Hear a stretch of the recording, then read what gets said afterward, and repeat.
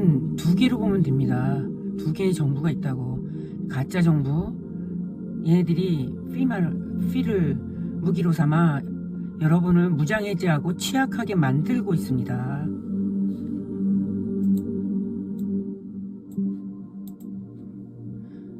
그들은 여러분이 자신들의 통제에 의존하기를 바라지만 사실 그들은 여러분의 자급자족을 두려워합니다.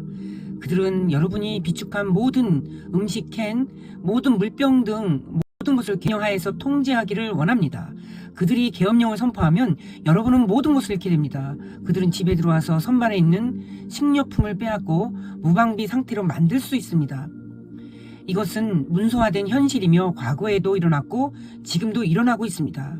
정부의 진짜 의제는 무엇인가요? 완전한 통제입니다. 얘네들은 공산사회로 원하잖아요. 완전히. 그래서 5억만 남겨놓고 다 그냥 사라지게 만들려는 그 지구를 노예를 부리려는 게 이들의 목표입니다. 그래서 우리가 그 전쟁으로 돈 버는 이들의 협조하는 바보 같은 인간들이 많이 있습니다. 이 보수분들도 답답한 게 저 하늘 그 구름, 진짜 구름과 가짜 구름을 분별 못해서 아름답다라고 판성에 젖는 이런 깨어있지 못한 바보들이 있습니다. 공부를 하지 않으면 지금 살아남을 수가 없어요. 멍텅구리 같아 보여요. 제대로 모르면. 지금 온몸을 내가 깨어있어서 다 흡수를 해야 돼요. 그래야지 살아남을 수 있는 지금 무서운 시대예요. 지금 여러분의 재난 대비에 미쳤다고 생각하시나요? 다시 생각해보세요. 이웃은 이제 우리 동네에서 가장 똑똑한 사람입니다. 그들이 숨겨둔 식량과 물은 금보다 더 가치 있으며 피도 이를 알고 있습니다. 그들은 여러분이 대비하는 것이 아니라 규정을 준수하기를 원합니다. 그들은 여러분이 그것들 없이 생존할 수 있는 능력을 무너뜨기를 원합니다. 하지만 꼭 이렇게 될 필요는 없습니다. 비축품을 보호하세요. 숨기세요. 준비한 모든 것을 빼앗기지 않도록 하세요. 현명하게 행동하고 몸을 낮추세요. 공개적으로 저항하지 말고 그들이 원하는 것을 갖다고 생각하게 하여 진짜 은닉처를 확보하세요. 이것은 음모가 아니라 여러분의 권리와 생존을 위한 전쟁입니다. 피는 도와주러 온 것이 아닙니다. 그들은 여러분을 통제하기에 오는 것이며 일단 여러분을 그들의 손아귀에 넣으면 끝입니다. 당신의 자리를 지키세요. 당신의 것을 지켜내세요. 이것은 자유와 여러분이 소중히 여기는 모든 것을 위한 싸움입니다. 여러분, 제가 새벽에 참 많이 놀랐는데 외국 영상을 보다가 이번에 허리케인의 그 희생자들 중에서 그 딸이 생존한 딸이 자기 부모를 찾으려 이렇게 노력하다가 보니까 통제가 왔대요. 그 땅은 연방정부의 것이라는 그런 법적인 그런 사기친 내용들을 보내왔더래요. 얘네들은 그냥 빼는 게 아니라 죽든지 말든지 이번에 허리케인으로 엄청나게 죽었거든요. 그들의 그 시신이라도 찾으려고 가족들이 노력을 하는데 그걸 깡그리 개무시하면서 그냥 그대로 썩게 내버려 둔다는 거죠. 그래서 어떻게 했냐? 그 땅이 모두 연방정부의 것으로 이렇게 법률화 시켰는데 그 전에 여기 있는 농부들이 그걸 반대했거든요. 강력하게 반대했더니 허리케인으로 싹 쓸어버린 거야. 그런 상황이니까 여러분들, 그러니까 법이라는 거, 이런 거 범죄화 시키면 그걸로 끝이 되어버리는 그런 시기에 지금 아주 위험한 시기인데 한국의 법률 지금 4,800개가 다 통과됐잖아요.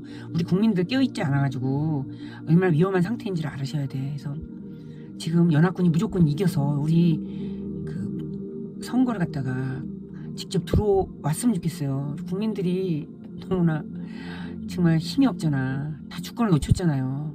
지금 간첩에 빨리 체포되거나 이런 일이 없는 게 뭐냐면 법을 다 한 분들로 가득 차게 했어요. 그래서 이게 쉽지가 않은 거예요. 여러분들 주변을 깨우세요. 깨워서 이걸 알려야 돼요. 신현님 TV라도 보게끔 해주세요.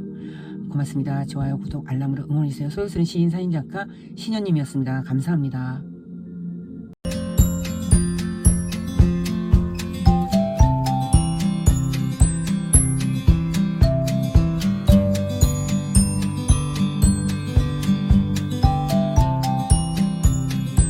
말씀드리자면 안중근은 위인이고 뭐고를 떠나서 약소국의 일원이었기 때문에 결국 그레이트 게임의 장기말일 뿐이었다. 우리는 안중근의 마음이 아닌 당시 국제 상황을 배워야 한다. 안중근을 제대로 이해하기 위해서는 나폴레옹에서부터 시작해봐야 될 것 같습니다. 이게 가장 잘 나갔던 사람 중 한 사람, 바로 나폴레옹이었습니다.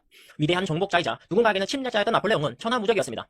근데 이런 나폴레옹이 몰락하게 된 전쟁이 있습니다. 바로 로스차일드가 떼돈을 벌게 된 워털루 전쟁이었습니다. 이 워털루 전쟁에서 패배한 나폴레옹, 즉 프랑스는 하락기에 접어들었고 영국과 러시아가 새로운 제국의 시대를 알렸습니다. 근데 영국 입장에서 문제가 있었죠. 바로 돈이었습니다. 프랑스랑 전쟁을 치른다고 로스차일드 같은 유대인들에게 풀 대출을 땡겼습니다. 바로 식민지를 어마어마하게 늘리는 겁니다. 그때 당시 제일 잘 나갔던 상품이 면방직 공업 아니면 노예 무역 이런 거였거든요. 그러니까 바다로 나가서 항구가 있는 땅을 무자비하게 약탈하는 겁니다. 그렇게 계속 전 세계로 뻗어나가다가 영국은 마침내 일본까지 도착하게 됐습니다. 프랑스의 마사지를 받던 국가였습니다. 바다로 나가면서 이미 일본이랑 사부작을 다 끝낸 상태였습니다. 프랑스는 일본을 지배하고 있던 막부 세력과 손을 잡았습니다. 프랑스는 동아시아에서 자신의 세력을 확장하니까 좋은 거고 막부 입장에서도 본격적인 근대화를 할 수 있었기 때문에 좋았습니다. 1865년 막주번이었습니다. 이 조슈번 세력은 아베이 조상으로도 알려져 있는데 조슈번 세력도 물론 개혁을 하고 싶었습니다. 그렇지만 문제는 막부와의 스타일이 달랐던 겁니다. 권력이란 거 그런 건 원래 나눠가는 게 아닙니다. 이 조슈번 세력은 막부가 개혁을 시작한 지 단 1년 뒤인 1866년 사스마번 세력과 사초 동맹을 맺고 막부와 대립했습니다. 그러니까 자연스럽게 프랑스의 반대편에 서 있던 영국과 손을 잡게 된 것입니다. 부가 무참하게 깨지고 일본 근대화의 포문을 연 메이지 유신이 시작하게 됐습니다. 도 부시고 러시아도 부시고 영국과 동맹도 맺고 승승장구하면서 조선도 낼름했습니다. 프랑스와 굉장히 친밀한 인물입니다. 그게 얼마나 진심인지 보이실 겁니다. 프랑스인 신부 니콜라 빌렘입니다. 여러분들 신부나 선교사 이런 사람들은 솔직히 까놓고 말해서 스파입니다. 물론 종교인 전부가 스파이다 그런 말은 당연히 절대로 아닙니다. 근데 스파이들이 보통 종교인으로 많이 위장을 한다 그런 뜻입니다. 요즘에는 뭘로 위장합니까? UN 구호단체, NGO 이딴 걸로 위장해서 돌아다니지 않습니까? 어떤 활고 나라에서는 식당 주인으로 위장하거나 교육사업 한다고 위장하기도 하더라고요. 아무튼 스파이가 자기 직업을 안에 스파이 이렇게 쓸 일은 없겠죠. 만만한 게 종교인입니다. 종교인이라고 하고 그 나라에 들어가서 문화, 언어, 지리 등등을 다 파악하고 인맥도 쌓고 그러는 겁니다. 그리고 그런 정보들을 보고하면 그게 스파이지 뭐가 스파이겠습니까? 조선에 왔던 선교사들도 마찬가지입니다. 특히 안중근에게 영향을 줬던 니콜라 빌렘은 진짜 이상한 양반인데 신부인 주제에 독립운동을 도왔습니다. 독립성사를 집전한 인물도 니콜라 빌렘이었습니다. 안중근의 독립운동에서 프랑스가 빠지지 않는 것입니다. 독립운동은 일본과 싸우는 운동이죠. 프랑스는 영국 견제를 위해 일본을 견제할 필요가 있었다. 히로부미는 옹건파로 분류되던 사람입니다. 물론 그렇다고 조선을 먹지 않겠다 그런 건 아니었고 최대한 조선을 존중하면서 조선인의 마음부터 얻고자 했던 인물이 바로 히로부미입니다. 임시정부도 솔직히 말이 임시정부지 저 때는 나라 자체가 없는데 무슨 임시정부겠습니까? 그냥 무장단체일 뿐입니다. 프랑스가 독립운동가들을 이용했던 겁니다. 안중근처럼 가슴만 뜨거운 조선 청년들 데려다가 일본을 견제하는데 이용하고 궁극적으로 영국을 견제하기 위해 내버려 두는 겁니다. 이렇게 이용하는 거 이게 현실적인 국제정치입니다. 당해 임시정부까지 허락해줬다는 걸 봤을 때 안중근과 조선의 독립운동은 큰 그림에서 강대국 체스판의 하나의 말에 불과했다고 보는 겁니다. 안중근의 국가에 대한 마음 이런 것들을 폄하하는 게 아니라 약소국의 일원이면 어떻게 이용당하는지를 우리가 과거 사례를 통해서 냉정하게 봐야 우리가 잘못된 부분을 고치고 강대국이 될 수가 있거든요. 가슴이 아니라 머리로 봐야 우리가 강대국이 되는 겁니다. 저는 반일운동 하는 애들 보면 이거밖에 생각이 안 납니다. 일본을 이기고 강대국이 될 방법을 생각이나 해야 되는데 무식하게 그냥 마음만 앞서서 무조건 반일 외치고 병신력 외치면서 이딴 짓거리 한다고밖에 생각이 안 듭니다. 지금 안중근을 보고 배울 거라면 반일이 아니라 한미일 동맹을 해야 합니다. 그때 당시에 국제정치를 이해하지 못했기 때문에 조선의 의지와 상관없이 일본에 먹힌 겁니다. 그리고 그 역사의 피해자가 또 나면 안 되지 않겠습니까? 우리가 진짜 배울 거는 안중근 어쩌고저쩌고 하면서 그냥 가슴으로 울고 반일이나 외치는 것이 아니라 당시 국제정치를 몰랐던 무지를 반복하지 않겠다라는 생각으로 열심히 공부하는 것입니다. 그게 진짜 일본을 이기는 길입니다. 한미일 동맹을 하는 것이 우리가 다시 조선과 같이 망하지 않는 길이다 라는